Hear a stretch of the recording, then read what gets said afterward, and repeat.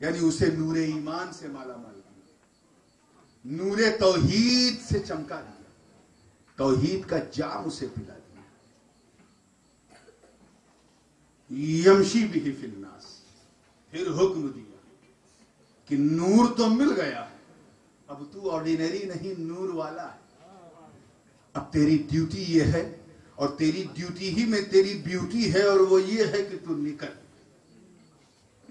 پڑے، ہر طرف نکل پڑے، ہر کونے میں نکل پڑے، اور اس طرح نکلے کہ وہ نور توحید جو مدینے سے شروع ہوا تھا، علی علی کا نام لے کر گلی گلی پھیل گیا، سورینام تک آ گیا.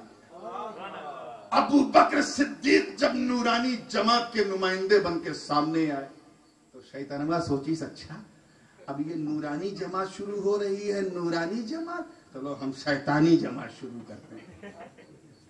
ہم کوئی سے کم ہیں کہا، ہمیں جہنم سے نکالا گوا ہے تو ہم کوئی کا اتنی آسانی سے جنت میں جائی نہ دے، ہم اپنا نمائندہ تیار کر. سسٹم چل رہا سیدنا آدم کے زمانے سے. حضرت آدم جب نور نبوت کو لے کر کے جب پورے ماحول کو چمکا رہے تھے تو ابلیس خود سامنے تھا.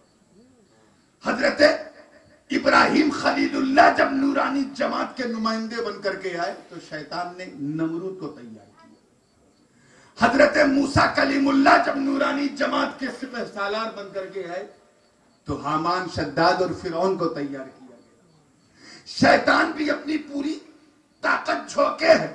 اور جب نبی کا زمانہ آیا، ہمارے پیارے کا، عرش کی آنکھوں کے تارے کا، مصطفیٰ جان رحمت کا، ارے وہ نبی جن کے صدقے میں ہم سبھی، جب ان کا زمانہ آیا، نبی آخر الزمان کو تو ابلیس جانت رہا کہ یہ کونو معمولی نبی نہیں، یہ کونو معمولی نہیں ہے، بہت پاورفل ہے.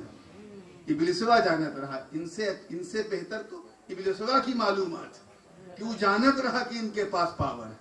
اور یہ لوگ کہا کہ نہیں، انہیں تو دیوار کے پیچھے کی خبر ہی نہیں. کہا یا رسول اللہ کہیں سنت کہاں، تو مدینہ میں یہ الٹی سیدھی بکواس کرتے ہیں. ابلیس کو دیکھ، وہ جانت رہا کہ حضرت موسیٰ کے سامنے ہم نے فرعون کو بھیج دیا، حضرت ابراہیم کے سامنے نمرود کو بھیج دیا، ان کے لیے ایک نہیں چلی، یہ بہت طاقتور ہے. سارے کافروں کو جمع کر کے نمائندگی طے کرنا شروع کر دیا. اے ابو جہل تو اپنا حصہ سنبھالو، اے ابو لہب تو اپنا حصہ سنبھالو، اے عتبہ شیبہ تمہیں یہ کرے ہے، اے کفار تمہیں یہ کرے ہے. سب اپنی اپنی ڈیوٹی پہ لگ گئے. مصطفیٰ جان رحمت جو رحمت ہی رحمت اور رحمت ہی کا میسج لے کر کے آئے ہیں، ان کافروں نے مجبور کیا کہ بدر و احد، خیبر و خندق میں وہ تلوار اٹھائے. عزیزان ملت، صرف محسوس کرنے والی بات ہے، دل میں رکھنے والی، کہ ایک طرف سے شیطان اپنا نمائندہ تیار کر رہا کہ ہم کوئی کا جنت میں جائی نہیں دے، ہم میں جنت سے نکالا گوا ہے، جہنم میں جہنمین کا سردار بناوا گوا ہے، جنت سے ہم نکلے ہیں تو اتنی آسانی سے کوئی کا جائی نہیں دے. اے اللہ تو اپنا پاور دکھا. ہم اپنا شیطانی پاور دکھانا شروع کیا. چنانچہ جیسے ہی حضرت فاروق صدیق اکبر کا دور آیا تو شیطان نے منکرین زکوٰۃ کی جماعت تیار کر دی. صدیق اکبر نے مورچہ سنبھالا اور نیست و نابود کر دیا.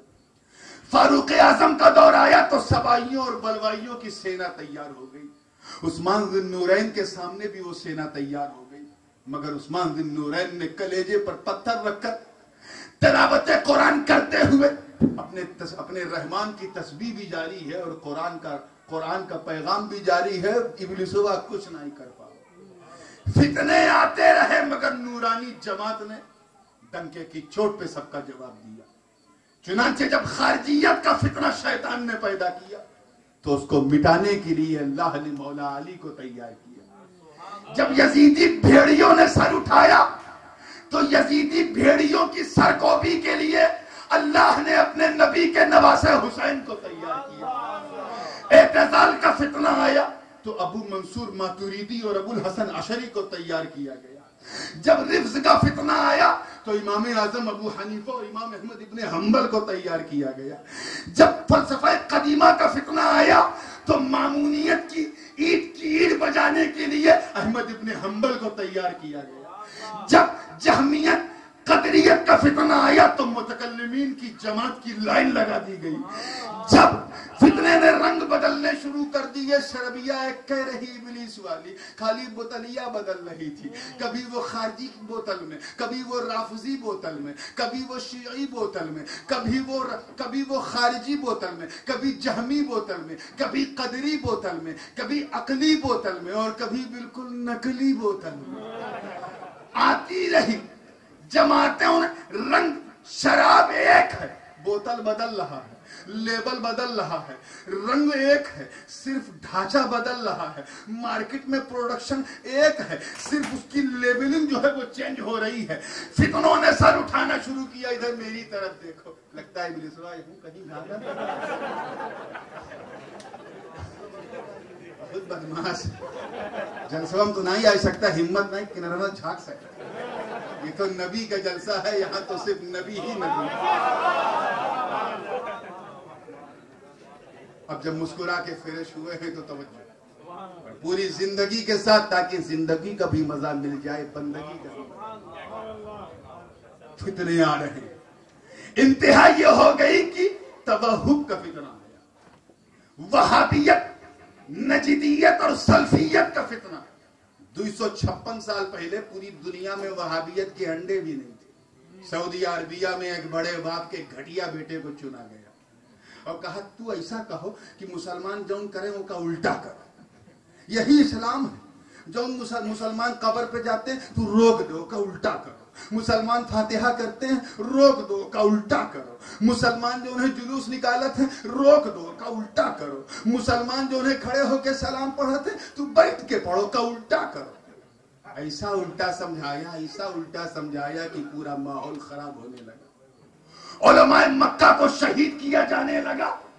اللہ تعالیٰ نے اس کی سرکوبی کے لیے قاضی دہلان مکی کو تیار کیا، اس کی سرکوبی کے لیے ضیاء الدین مہاجر مدنی کو تیار کیا گیا۔ مگر جب وہ فتنہ 182 سال پہلے بھارت میں قدم رکھتا ہے، اور یہاں بھی ایک بڑے باپ کے بڑے پوتے، بڑے دادا کے گھٹیا پوتے، بڑے چچا کے گھٹیا بھتیجے اور بڑے باپ کے گھٹیا بیٹے اسماعیل دہلوی کو چنا گیا، تو اللہ نے اس اسماعیل دہلوی کی سرکوبی کے لیے فضل حق خیرآبادی کو چنا، امام عبدالحق خیرآبادی کو چنا، شاہ مخصوص اللہ محدث دہلوی کو چنا، علامہ مفتی صدر الدین آزردہ کو چنا، اور ایسا جس کتاب التوحید کا ترجمہ کر کے وہ مسلمانوں میں خرابی پیدا کرنا چاہ رہا تھا، اسی کتاب التوحید کو دہلی کے چوراہوں پہ جلوا دیا گیا۔ فتنے تو جنم لیتے رہے، مگر ایک بہت بڑا فتنہ ہوا۔ کیسا فتنہ ہوا؟ بہت بڑا فتنہ، چاروں اور سے جیسے حملہ کہہ دے۔ ادھر نانوتا سے آواز آنے لگی، کیونکہ ابھی فتنہ عجیب رنگ کا ہے، ان میں بھی چشتی قادری برکاتی، ان میں بھی نقشبندی سہروردی، ان میں بھی حنفی شافعی مالکی حنبلی۔ یا اللہ ہم پہچانی کیسے؟ ہمہو حنفی نہو حنفی، ہمہو قادری نہو قادری، ہمہو شافعی نہو شافعی، ہمہو چشتی نہو چشتی، تو جانی کیسے؟ وہ تو پہچان میں آئی گوا رہا، کیونکہ وہ زور سے آمین کہت رہا۔ ایکا کیسے پہچانی؟ یہ تو ہماری طرح بالکل گھسا ہے، جونک کی طرح لپٹا ہے، کھٹمل کی طرح کھٹیا بالکل سٹا ہے، اور مچھر کی طرح ڈنک مارت ہے۔ ایسے کیسے نکلی؟ ارے نانوتا سے آواز آنے لگی کہ نبی کے بعد اگر کوئی نبی آ جائے تب بھی خاتمیت محمدی پر کوئی فرق نہیں آئے گا۔ سنی بے قرار ہو گیا سن کر۔ انبیٹھا سے آواز آئی کہ نبی سے زیادہ علم تو شیطان کے پاس ہے، کیونکہ شیطان کے علم کے لیے نس ہے، فخر عالم کے لیے کون سی نس ہے؟ الٹی سیدھی بات کرنا شروع کر دیا گیا۔ تھانہ بھون چیخ اٹھا کہ نبی مر کے مٹی میں مل گئے۔ معاذ اللہ کہنے لگا کہ نبی کے پاس یا تو بعض علم ہے یا کل علم ہے، اور رہا سوال بعض کا تو اس میں نبی کی کیا تخصیص؟ ایسا علم تو جانوروں پاگلوں، الٹی سیدھی بات میں دوہرا بھی نہیں سکتا۔ مجھے بتاؤ نکیری والوں کہ اگر تمہارے گھر کو کھٹکھٹا کر کوئی اس طرح کی گھٹیا بات کہے تم سنو گے؟ برداشت کرو گے؟ اپنے باپ کی برائی تو ہم سن نہیں سکتے، نبی کی کیسے سنیں؟ ارے ہم تو غریب نواز کو زندہ مانتے ہیں، نبی کو کیسے مردہ مانے؟ ہم تو اپنے پیر کے چرن کو چومتے ہیں، نبی کی جالی کو کیسے نہ چومیں؟ مانو گے اگر کوئی کہے؟ بھگئیو کی نہیں، بولو زور سے بولو کہ بھگا دیں گے، اور گھر سے نہیں پوری نکیریز بھگا دیں گے۔ ایسے اساماجک تتووں کو ہمارے سماج میں جینے کا کوئی ادھیکار نہیں۔ مگر میرے دوستو، منظر کو محسوس کرو، ایسا لگا جیسے کالی گھٹا چھائی ہے، سارے سنی چیخنے لگے، قادری کہنے لگے یا غوث المدد، چشتی کہنے لگے یا خواجہ المدد، نقشبندی کہنے لگے یا زکریا المدد، سہروردی کہنے لگے یا شیخ عمر شہاب الدین المدد، اشرفی کہنے لگے یا مخدوم المدد، صابری کہنے لگے یا علی احمد صابر المدد۔ کسی مسیحے کو بھیج دو، ذرا نبی کی شان دیکھو، رب کا کرم دیکھو، غوث کا فیضان دیکھو، خواجہ کی عطا دیکھو، اشرف کی مہربانی دیکھو کہ مدینے کا معجزہ بریلی میں طلوع ہوتا ہے، آواز آتی ہے گھبرا مت، ان کی سرکوبی کے لیے میں احمد رضا کو دے رہا ہوں۔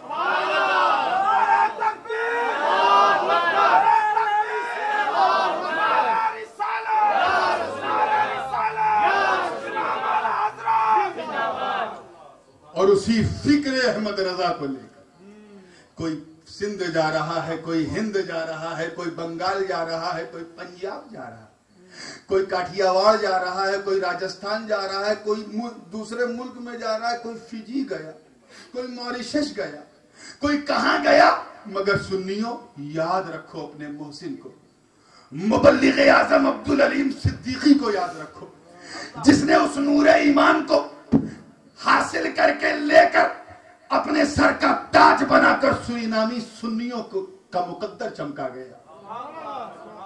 اللہ تعالیٰ ان کی قبر پر تادیر مہربانی فرمائے۔